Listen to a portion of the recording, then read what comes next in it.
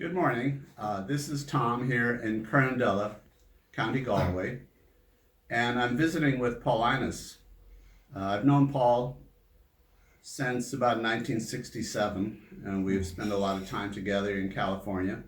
And now that he's here in Carndella, I try to visit him frequently when I'm in Ireland, which I happen to be this Easter of 2019. Recently, Paul was in the hospital, but he's out now and recuperating from a chest infection. So you'll have to excuse him this morning if he's a little chesty.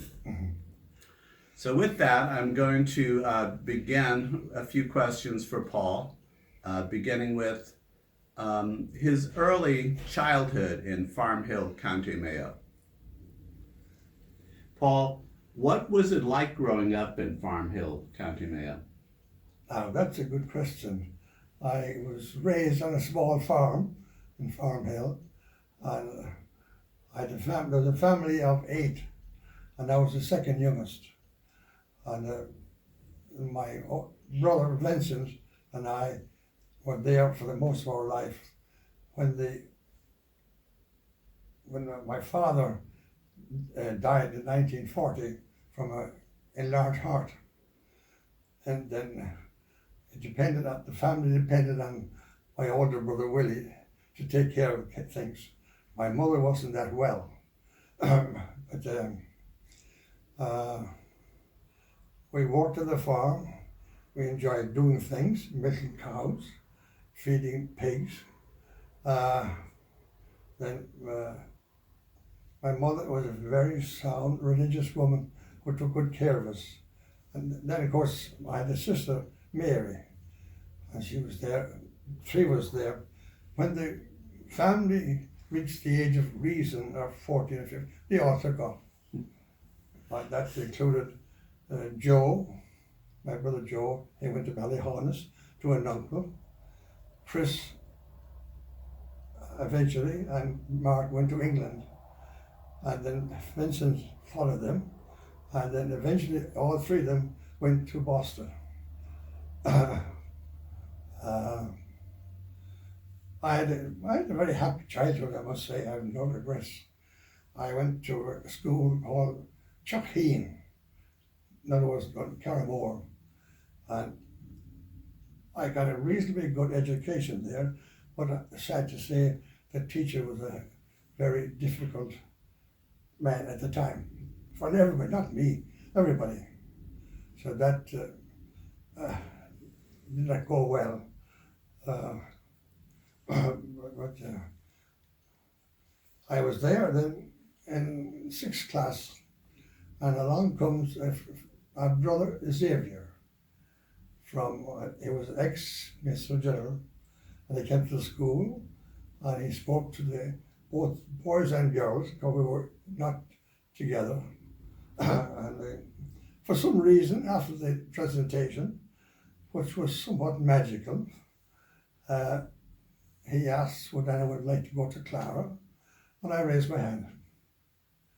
And from there, he had a little minor, and he brought me home to the house to my mother, and we had a meal there. And he wrote a letter for me going to Clara. And for some reason, I don't know why, but I accepted that. Do I stop there? No, you're good. Let me ask you another question then, Paul. Thanks for that background on your family. But I want to go back again a little bit to, you mentioned your mother was religious, and you mentioned Brother Xavier coming to your class. Right. But what were those early religious influences that you can remember, those faith experiences, so to speak, that helped you discern that Clara might be a good place for you? And the second part of that question will be, back then when you were going to Clara, were you actually thinking you might be a Franciscan brother, or was it a place to go to school and spend time and grow? Oh, I had no idea where Clara was or St. Anthony's. I just raised my hand, and with my mother's blessing, I went there. I had no intention of becoming anything, Franciscan brother or otherwise. But my mother, she was very faithful to go to church, and she'd go to all the devotions in Crossboyne parish, that was my parish. Excuse me. She used to send me up to the evening time, sometimes, to serve a benediction. And I'd have to walk up with my little case. And that was not my religious experience, because unfortunately, the parish priest, there was a good priest, he was very tough. He wasn't kind to young people, and I must say. But he had other problems as well. So, but I did that faithfully, and then she'd bring me and the other two faithfully to church. Oh, geez, yes, faithfully. And then, what else? Okay, well, let me go on from there and ask you. Obviously, your mother was very devotional, She was. but the priest didn't make a positive, lasting impression on you, and neither did the teacher in your school. Correct. But yet you ended up like in a religious community and being an educator, which is a little bit ironic, would you say, for somebody who didn't have great early formative experiences with the church or in the school. Right.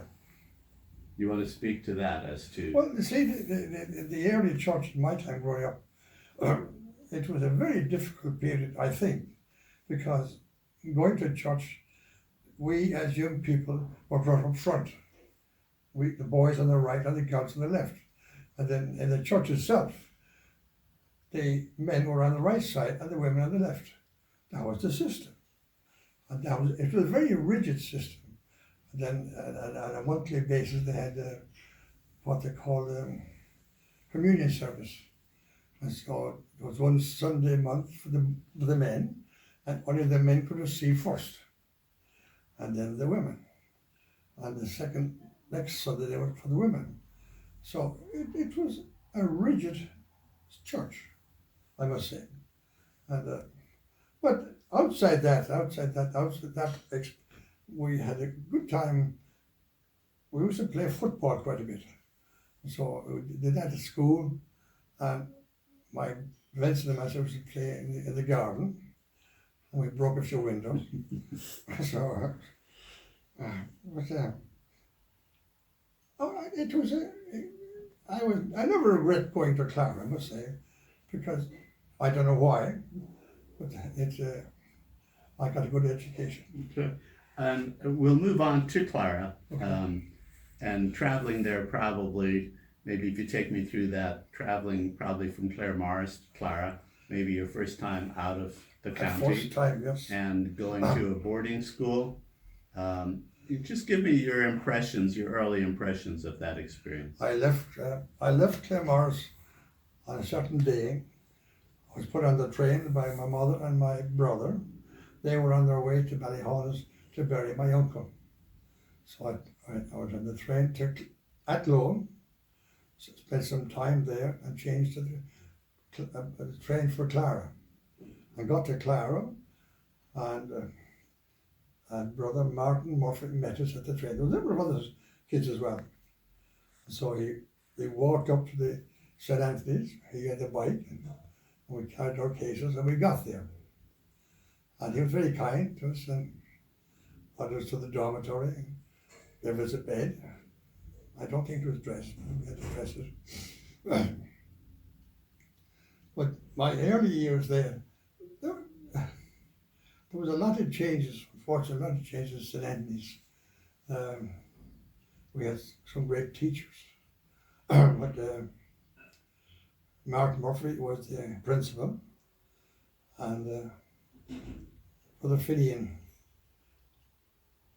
Conlon was our science teacher. He was excellent, very, very faithful.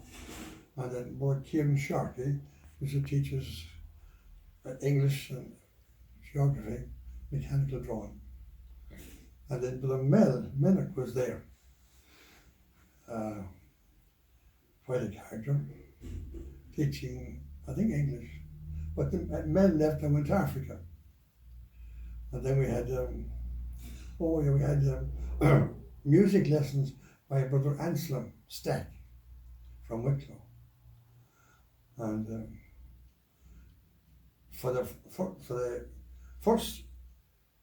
first year was good. In the second year, we didn't have a complete faculty, I think. But then my third year, I was there 3 years. And the third year, in February, I think, I was sent to the novitiate to Annadown for posthumously and novitiate. Well, can I stop you there Yes, you can. for a moment? So, Paul, you said you were sent to Carndella. So, do you want to talk about that? Was that a decision? Was that like just a natural transition? And did it require discernment? And what did you think you were getting into? I had no idea. I just went along with the group and got there and spent the posthumously there on novitiate. But Stanislaus Bortles was the novice master. Very honest, good religious. In my own opinion, I got a good foundation in religious life, in prayer life, and in religious instruction. And that was part of it. And the other part was, it was great that we had sports, football. We played football nearly every evening. But and then we were still working the farm. And that, I enjoyed that. That was lovely. Doing different things there. And of course in the garden, planting different types of vegetables. It was a pleasant, joyful year. I had no regrets about that. It was good. And, so it was a good experience.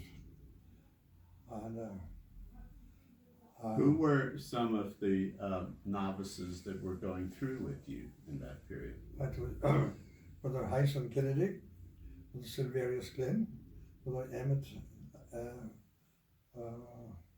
Athanasius Kennedy, John Smith, Robert Emmett, well, I don't know Robert, but it was Emmett Emmett.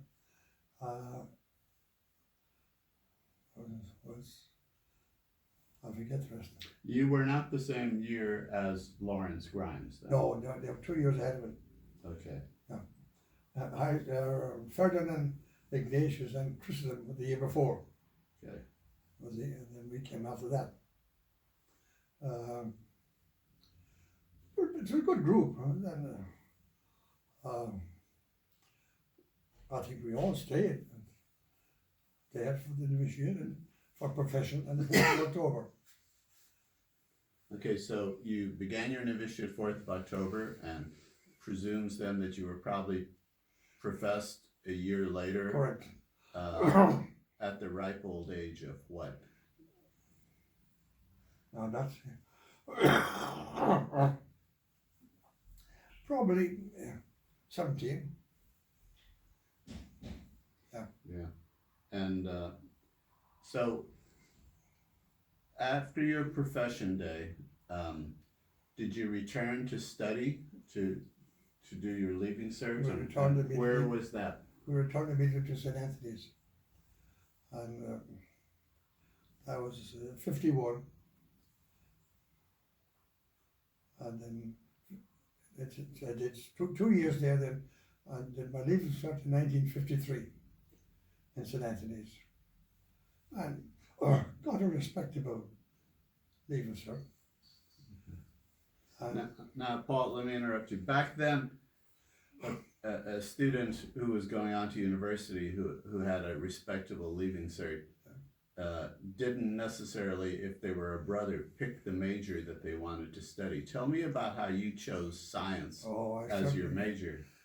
I was there in St. Anthony's after the leaving cert with the others, Silverius Glynn and Heiss and others, who all gone to primary school And I was left sitting there at St. Anthony's. Well, they were assigned to primary schools, Assigned to primary school. to preparation to be primary school Correct. teachers. Okay.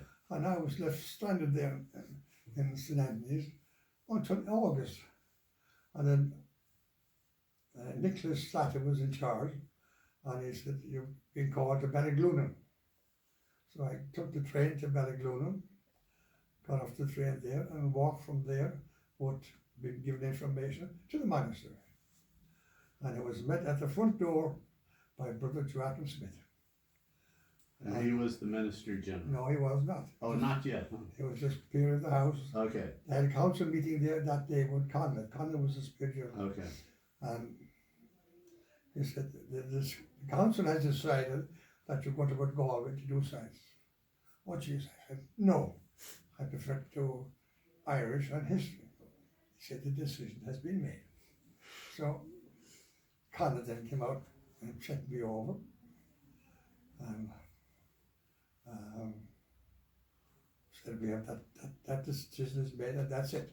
And you'll take certain subjects because we need people qualified in various fields. Okay. Well, I accepted that. Not willingly, but I did. So that was August, and then I think it was there. They transferred them to Annadown and started the University College Galway in 1953 with Ignatius Hennigan, and Damien Lynch was doing his headship. So we'd leave at 7 o'clock in the morning, going to Galway, and a lousy breakfast. And go to the class all day. Now, we were supposed to take physics, mathematics, Irish, chemistry, and botany. And so we went to the Ignatius and myself then took the same classes, and we went to the various lecture halls. And at that time, the medical students were also in the same class, quite a number. And so physics was okay, chemistry was good, calculus was good, and then we went to botany. And there was Dr. Maureen de Valera, professor. The daughter of the president. The president. And she was dictating policy, that this is what you would be doing, this is the research that we have to do, and oh geez. So there was a whole bunch of nuns there. Of course, they were very happy to hear that. And when we left the second lecture, one of the medical students said, geez, we can't take this, we get out of there. So Ignatius and myself said, we're going to leave too.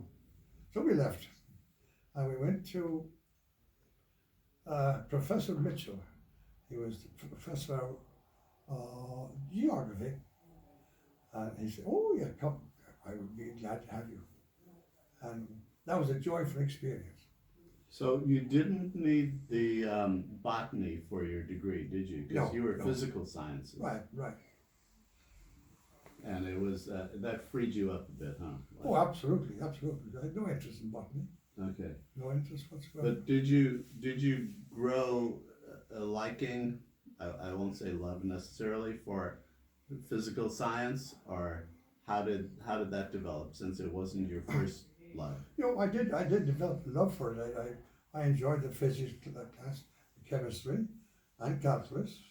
Irish was okay, it was fine. But it was very difficult because we had lectures in the morning time, and then 2 days a week we had physics experiments in the lab for 3 hours. And then the other 2 days we had chemistry experiments. And that took up a lot of time, And we were there at the university up to, 6 o'clock we finished. And then Damien would pick us up at 7. Now, how did you dress back then? Was it casual? Oh, like it was today? not casual. It was completely black dress, black suit, and a hat. Even as you went to chemistry class? Oh, yes, and you had the cap, the hat, and the stand. There was a hat rack, was Oh, there? yes, yes. Did you ever accidentally take somebody else's hat? No, but in the meantime, there was a chaplain there in Conjure my time, Charlie O'Malley from Dunmore. And he was in Innisboffin as a chaplain. And he'd come into Galway, not every month, but quite often. And he always made it his business to meet us and give us a pound. How frequently did he give you a little gift? About every 2 or 3 months. Wow, Oh, yeah. because a pound went a long ways Oh, back shit. then. So he said, I'm doing this because my father always said to me, take your books.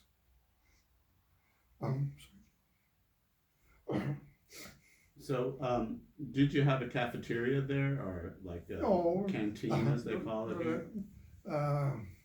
A cafe opposite the chemistry lab. And we went there for 1 o'clock for lunch. Good lunch. Nice old elderly lady there in charge. And we were there for first year. And then what happened? I think Conrad then decided that we would be going there to that restaurant because there was a pub in it. And so he decided to send us downtown Galway to a restaurant called Commonses from Glenimani, from his place. And so we had to walk down that distance, and that starved us. Really? They were really lousy food. The great Benedict Isidore Higgins was coming down again with us, and he said, geez, you would give that food to a pig. Wow. It was nasty, but it was true. So once Joachim then was elected Minister General, we said to him, we can't stand this, but he says, go back to your place. So we got back there and enjoyed that. Excellent. And was Galway undergraduate, like, was it a 3-year program? I can't remember. 3 years, 3 years. And then did you go teaching right away, or?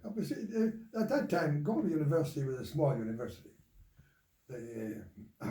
I say, now my estimation, there were over 1,000 students, but they were mainly religious. There was a whole crew of Franciscan friars coming down every day in their habits. On the other side, there was a slew of redemptorists coming in bikes. And he was, three of us at this stage, including Jared Godwin, he was the driver, coming in. So, So your class would be largely comprised of religious and a few medical students, right. and maybe somebody who wanted to be an engineer or two? Also, yeah, but 10 or 15 lay students. Oh, yeah, smart, oh, geez. Smart. Wow. Yeah.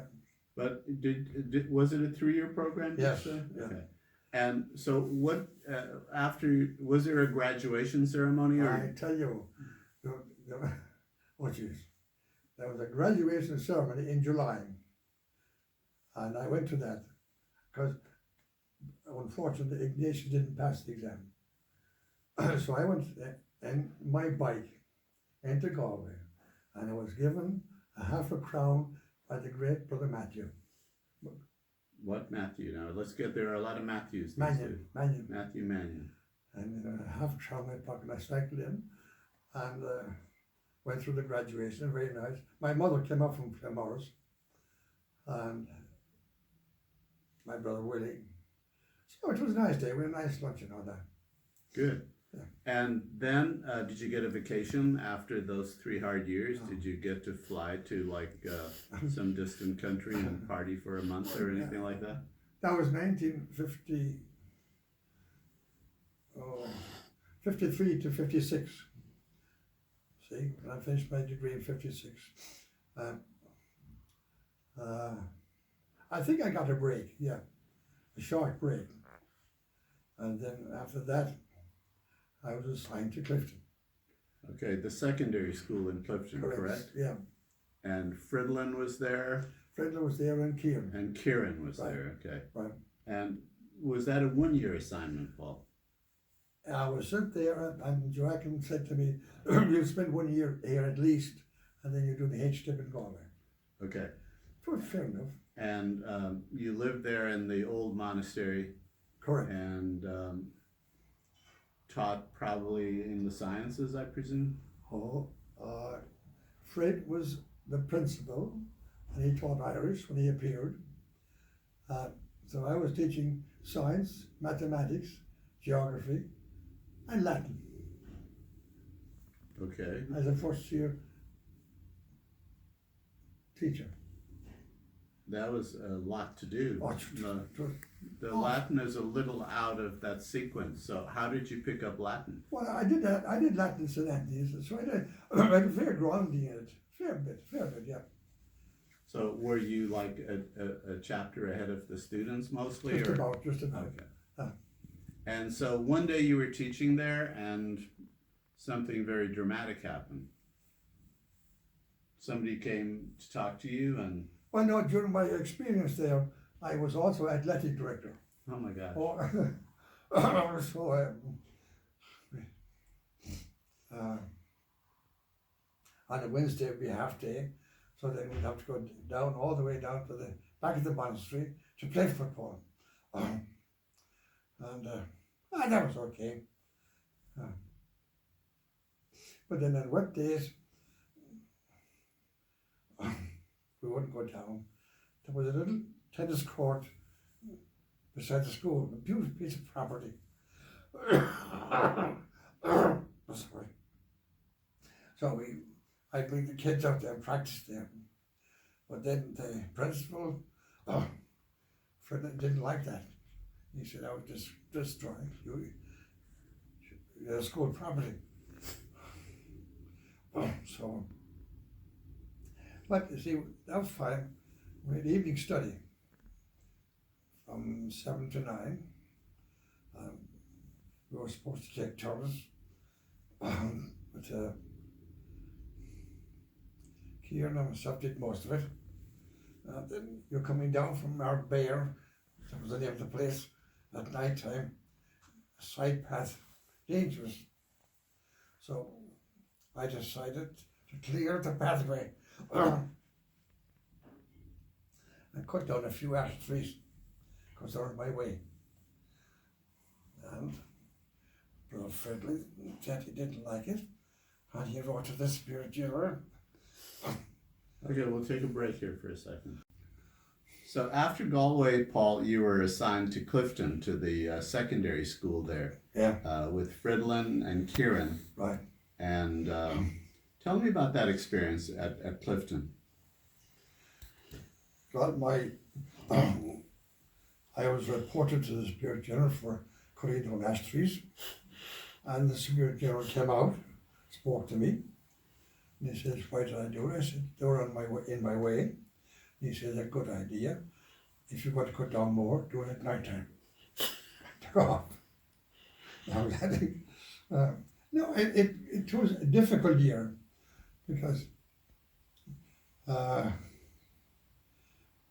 Fred was a very good man, but he wouldn't appear in school at about 10 o'clock.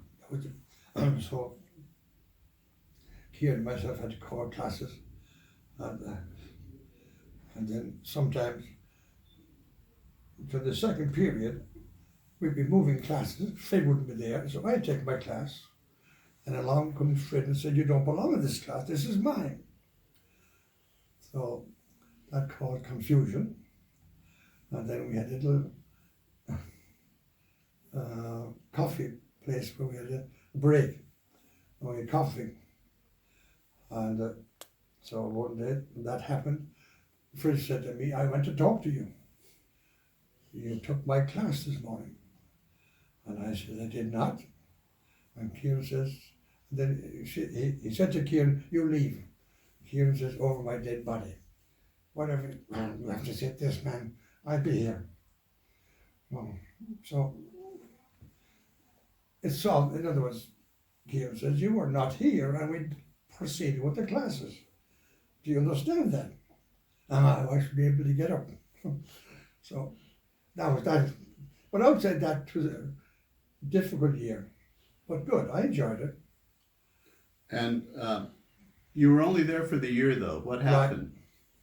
Well, I was there for the year, and come August, I was painting a window in the front hall of the old monastery, and along comes Brother Joachim, and I put, about 10 o'clock in the morning, and he said, would you like to go to America? It shook the life of me. I says, well, I don't know. He says, I'll give you a half hour to make up your mind. I'll be back. So I talked to Kieran, and Alvis was there. But she said, take the opportunity, go. So when he came back, I said, I go, yeah. Now, the reason was that Kieran had been turned down at the embassy for TB. So he was looking for a replacement. And he says, you don't have to say yes. If you say yes, fine. If not, I go to Clara and ask Killian. So I said, okay, I go. And he brought me down immediately to Dr. Casey for an injection. I suppose it was for smallpox, was it? Or something in it. And Casey said, get out of here, you're not going anywhere. I knew the doctor. So I was there for about half an hour. And next thing, Mrs. Casey came in and says, what's the problem? I says, I'm here to get an injection. And he doesn't believe I'm leaving Clifton. So I went out and talked to him, and he came in. He gave you your shot. And back up to the monastery. Okay, pack your clothes now, pack your clothes. And so I packed a little bit that I had.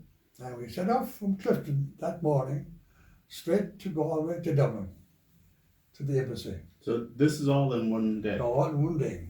So your life just did a shift that quickly. So we went up to the embassy, made the appointment, and came down to Ballyglunin that same day. And then the next day, Joachim said, now we can go home now, and I'll give you a call when we get the call from the embassy. So I was home for about 3 weeks. When he came by, we've got to go to the embassy and all that. I went to the embassy in Dublin, in Blackrock, went through all the tests, various things as you know, and got through. And so we'll fast forward a little bit.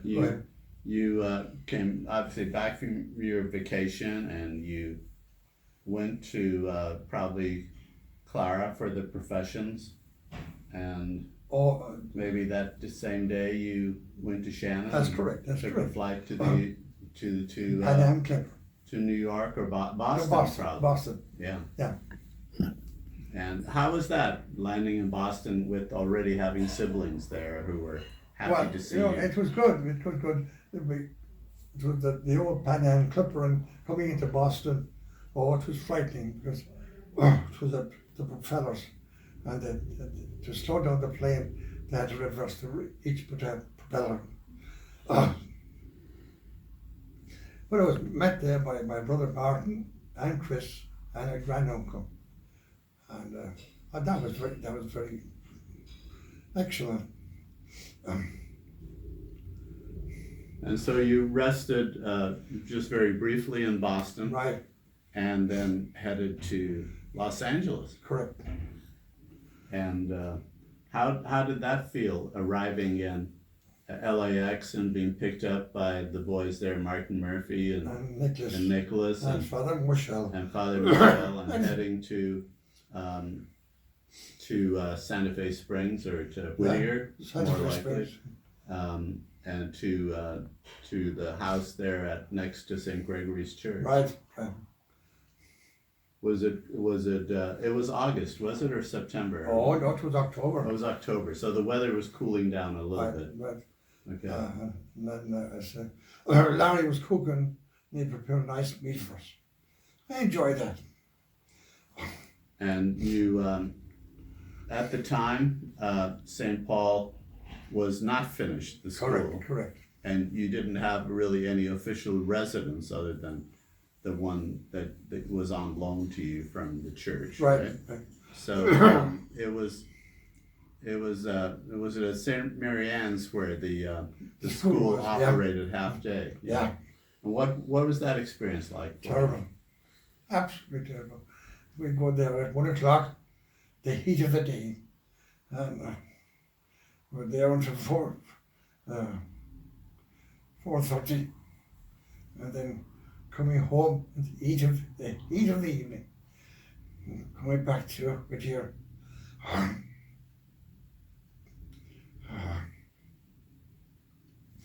and we come all up Telegraph Road, and next the goods train we passing, we had to stop for 10 minutes.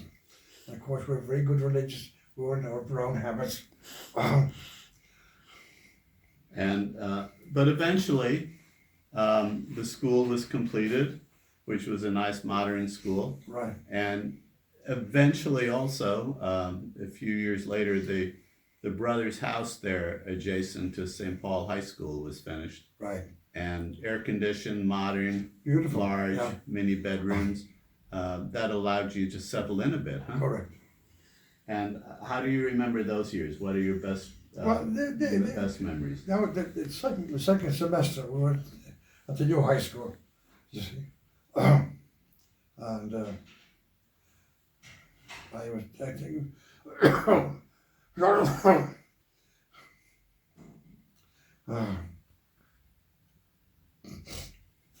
I was teaching chemistry, I think, and physics, and that was good. I enjoyed that. So you got into all aspects of school life. I certainly did. Sports, activities, Yes. supervisions. So you were quite busy, and you probably did your master's at that time. Correct. Right. Correct. And where was that, at Mount St. Mary's? No, it was at Immaculate Heart. Oh, Immaculate Heart. I'm sorry. But that was, we'd go there Wednesday and then Saturday, all day Saturday. It was a good experience. It was tough, but good experience, I must say. The nuns, the Immaculate Heart Sisters, they were great. And we'd get lunch there on Saturday. Now, brothers began to arrive with more frequency, and you were there with Larry, of course, who was a good friend for a long time. Athanasius eventually arrived, and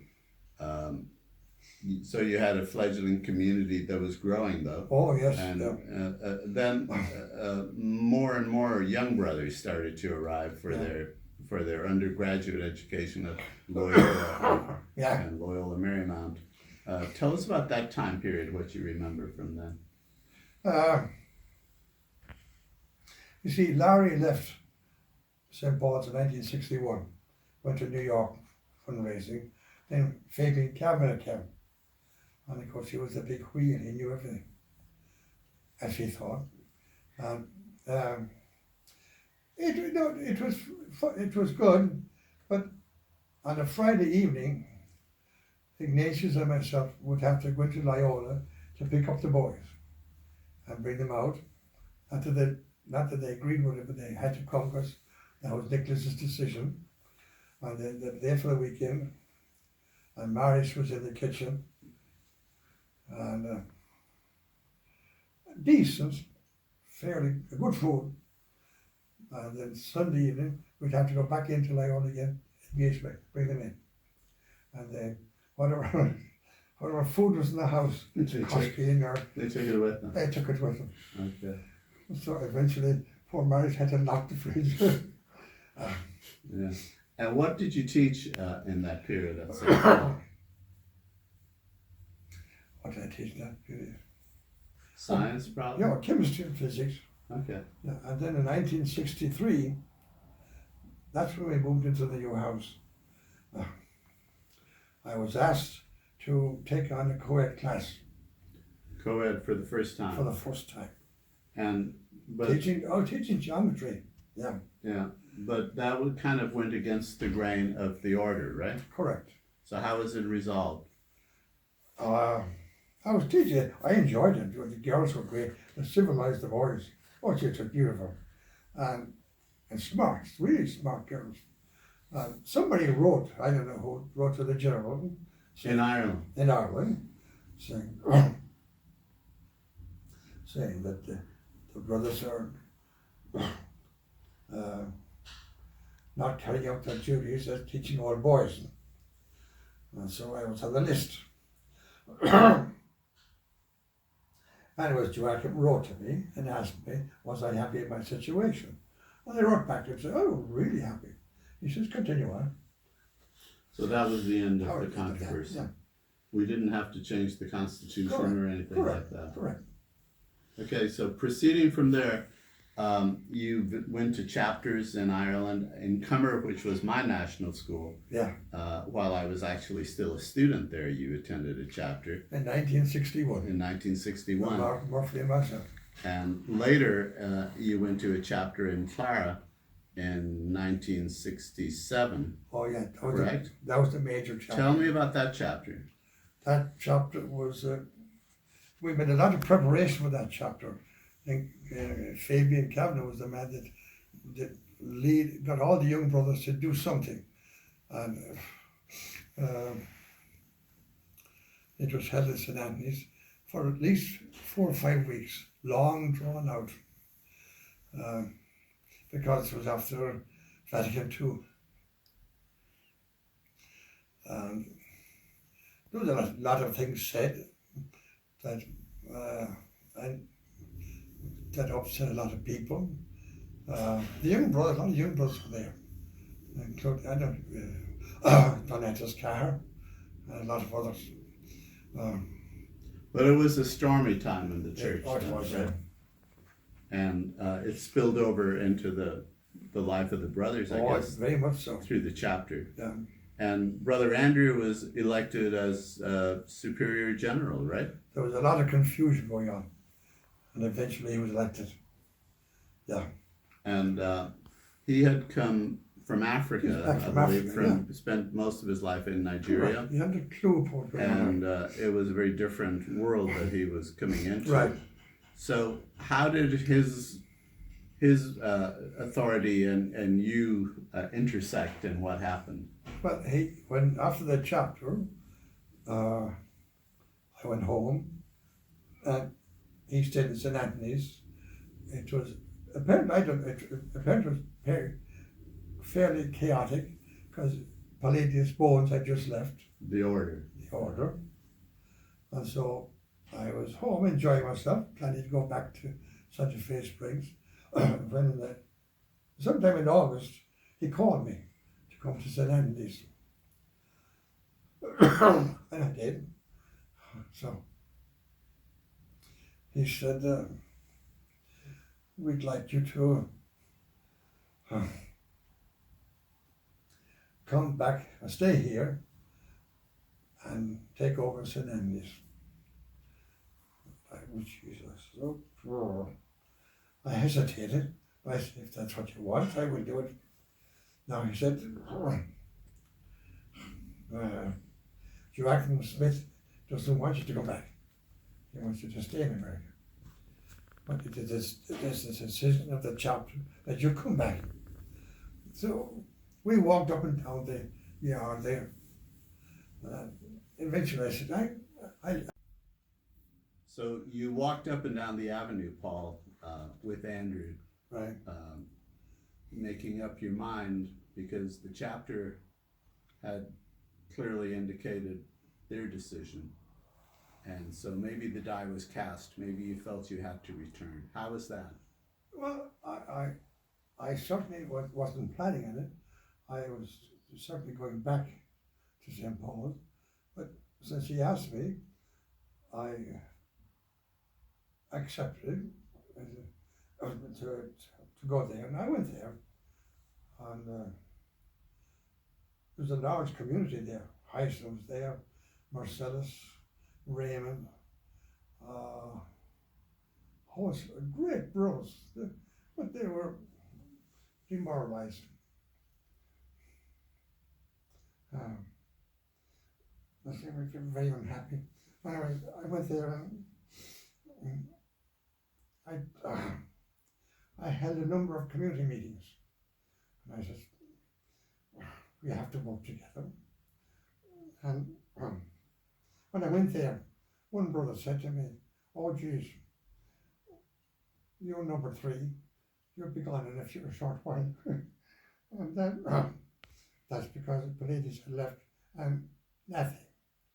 But I accepted that, it's okay. So, But you stuck around. I stuck around, and they were very good. It was a good community, I must say, and the morale changed, got great. And then we'd have a drink on Friday night, which I look forward to, and that made things happy. And then I'd leave a bottle or two there in the committee room, but when I come back next day, they were gone. So we had to stop that. So I was there, and it was, I enjoyed the school. It was just up to interest, and to really enjoyable. And of course, Heisen was there, big man, and he created the curriculum to suit himself, so that he'd have I think Thursday off to go to Tullamore to play golf. And he got away with it. And then I was investigating then the financial state of the house. And Heisen said, everything is fine. No, he was a bursar. And I said, I'd like to know something about it at least. I said, don't worry about it. Eventually, I got the books and I checked them out and saw there was something wrong. And then Andrew came along and he said, boy, the house is heavily in debt, 47,000. Oh, jeez. So we started a fundraising campaign, selling tickets. And I must say the brothers were great. They went out to different towns on the weekend, selling tickets, and brought in a lot of money. And so that gave us a morale boost. Then So one of the benefits of being in Clara was you were back in Ireland, so you could visit your mother, who That's was correct, now that's correct. not a young woman anymore, probably. Right. And tell me about that. But that was 67, and so I would visit her on a regular basis in her home.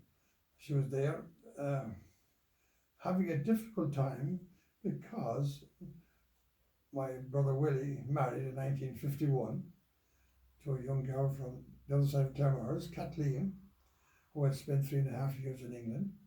And she was a young girl coming into the house with a granny there. So that was a difficult period. So when I go there, my mother would be upstairs and they'd be downstairs. So I talk to them first, and then I go upstairs and she'd complain about the two downstairs. So I took it in the stride because I knew it was difficult.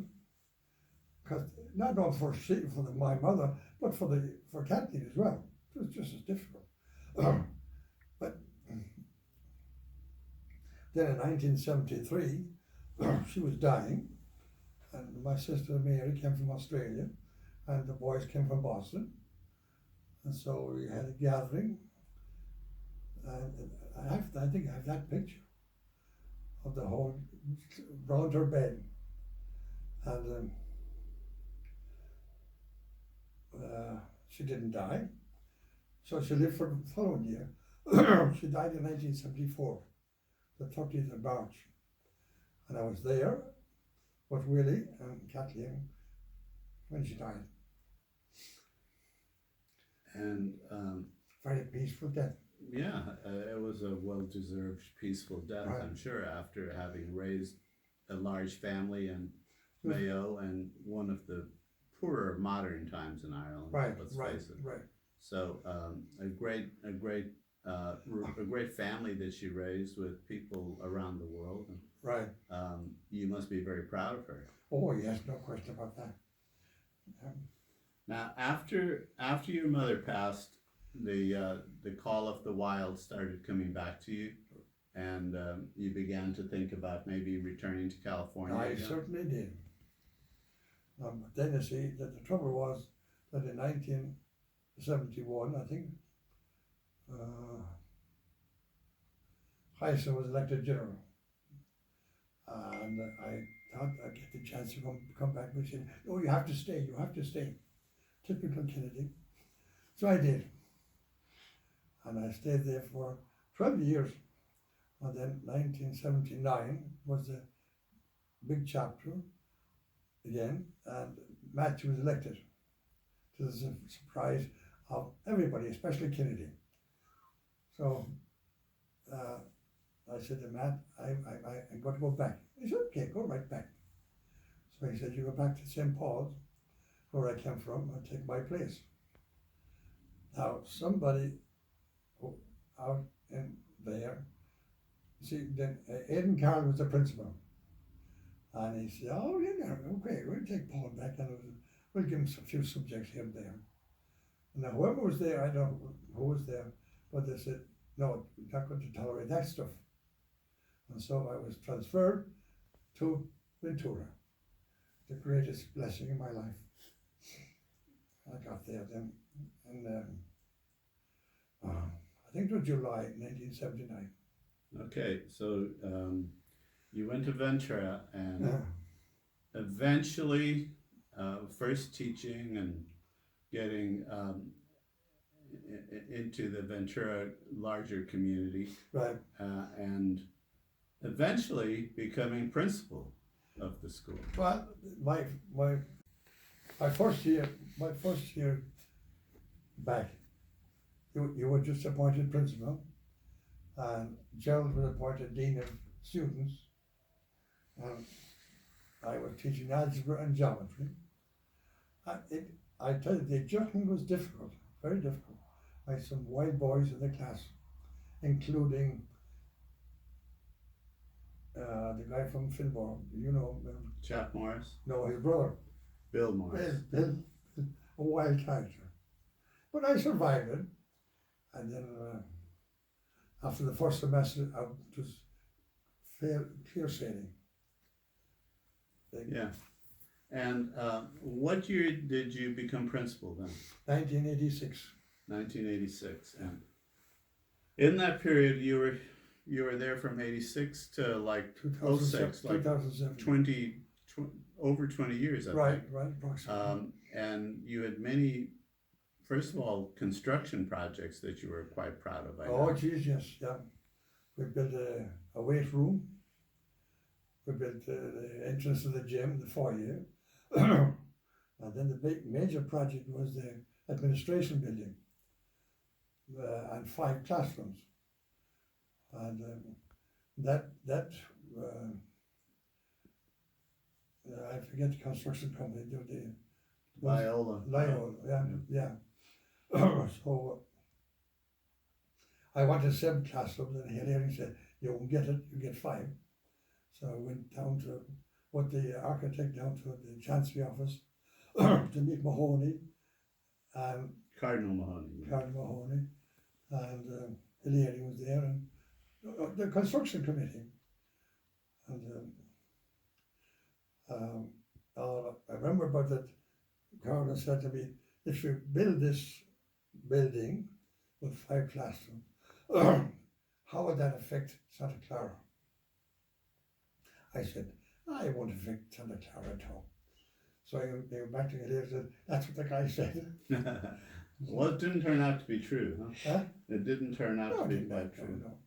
Santa Clara was going down anyways. Yeah. Yeah. But also while you were there, you were part of developing the football field. Oh yeah, and put in track, all that the turf surface. turf. Yeah. Yeah. So it was a good time. Oh, Jesus, A great lot time. of good memories. And you remember Mr. Brewer from that area. Ah, yes, yeah. So, Paul, during your time in Ventura, you had great support in and out of school, but you had a great core of volunteers that had been around the school for a while. Do you want to Yeah. speak about the more memorable of those Oh, yeah, volunteers? Ed Brewer was the chief one, because he was there in your time and he ran bingo Wednesday and Saturday. And then when the gym was built in 1980, we moved to the gym and he was in charge there for years. Himself and Bob Parada and Marie Bouger and a number of other people, I forget their names. Chris Fuja, Marie's daughter, was your business manager. Yes, she was. She worked bingo. She was there. And of course, Rita Kobe. Rita Kobe and the great Eleanor Travers was Eleanor Travers. Yeah.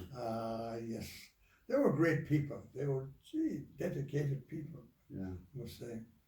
And So then, while you were principal, sort of a phenomenon occurred in the arena of football. yes, You hired a young man as coach by the name of John Mack, correct. and the rest, as they say, sometimes was history. Do you want to talk about that period? Well, I think that was a glorious period because things were not that good.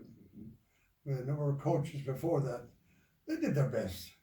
But John came along from Loyola and he interviewed. He said, I want the job. And so I gave it to him.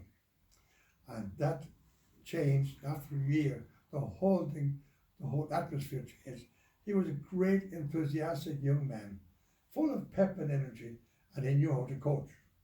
And so during that period, we won a number of CIF championships, and I think at least 2 state. And I have a number of rings to testify to that. I think at least I have 6 or 7, if not more. Beautiful. We call you the Lord of the Rings, you know, in the order. You have so many of them. But it was, St. Bonaventure was the dominant They were. force in California high school football there for a That long time, period. yes, no question about it. But they're well coached, they're well trained, and the weight room help. They were there 6 o'clock in the morning, weightlifting. Oh, geez, boy! I always admired those young students for the dedication and hard work, you know, including doing their studies, and they all did well. A few went to, well, a lot of them went to universities, to Notre Dame, Loyola, Stanford, and other places. And a few went, for a short period of time, professional, including Lorenzo Booker. Yeah. And Troy Hill. And Troy Hill, yes. Still plays for the Los Angeles good, Rams, yes, just so yeah, you know. yeah. And coming out of that period then, you know, with the development of the campus and increased student body and just sort of a glorious patch there, unfortunately, the numbers were catching up with you age-wise, and Right. you eventually decided after 20 plus years as principal, and as you were well into your 70s, Oh, yes, yeah. to call it a day. Right. Talk about that decision. Well, it was a difficult decision because I was getting tired, and I think I was losing somewhat control of the school, which was difficult. But I decided to call it a day, and that was in June 2007, I think. Okay, so Paul, after your retirement, you continued to live on there in Oxnard for 7 more years. Correct. Talk about that time period in your life of being in Oxnard with Martin for a while. No. No? Well, I'll let you talk. Before that, Martin and myself were living in Spyglass, beautiful house there on I forget the name of the street, but that we were there, and Marius was there with us, doing the cooking, and Marius and Martin would do the shopping, but I was principal, and in the evening time we'd have a drink, and then unfortunately in 2000, I think it was 2002, I was cooking dinner one Sunday evening, and Martin had come downstairs as usual and went out for a walk, and then Hyson came in because I invited him Hyson was living in Janetwood, and so he came over for dinner, and then Martin was having a drink and he sat down in the chair and slumped over. He was having a stroke. He had a stroke. And so I held his head up and Hyson called 911 and we brought him into the Ventura hospital. And sad experience because you were there, you came in immediately, and he had an ongoing stroke and never recovered from it. And Yeah. he died there. And he's buried over in Mont Belvieu. He's buried in Mount Belvieu, and that's my wish, to be buried beside him. And it's a good wish, and partners since the early days at St. Paul Right. that Oh yeah. you would be lying beside him for First for, time. your, for Right. the remainder of time. Well, and then I have to put in there, I would like you then to do the eulogy. Oh my gosh, that could be. Um, When I do the eulogy, I'll probably play a video, I don't which care what might to be do. this one. I'll be listening. Okay, don't be too critical. But you left there eventually. What made you make up your mind? I'll head back to Ireland and set up in here in beautiful Carndella. Well, I never lived here in this house, but Larry was here, and Larry was my friend for all those years too, and we were very faithful to each other. So I said I'd come here and join the community here.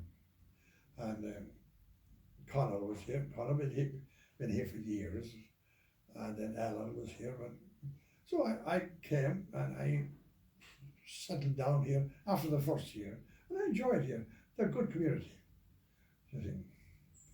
Yeah, it's a very comfortable home, Right. and And then great brothers. and Rita's a great lady. Yeah, So, and now you're a happy man. well, if my health improved, I'd be a happy man. Yes. Yeah. Right. Well, we can't control that aspect of Right, our lives right. as much as we would wish. But Yeah. looking back, Paul, there's a lot of obedience in your life where you could have gone different directions if you had followed your own will, but you responded so many times in obedience. Do you want to talk about that? Well, yes, I don't think kind of obedient, but I always felt somewhat independent. I enjoyed my lifestyle. I was never tied down. I would say that from my here, people here living in monastic life here, it was difficult. But I think going to America, like the rest of us, it was an open society. It was great. You had a breath of fresh air. And I certainly enjoyed my time in America. There's no question about it. And I have no regrets. I'm happy to be back here now and in my days here. Well, thanks for this interview. I really appreciate it. I know it's tough to give an interview when you have a chest infection that you're fighting, but you're a trooper and you gave your best shot, and it's a gift that you've given to us that I will treasure.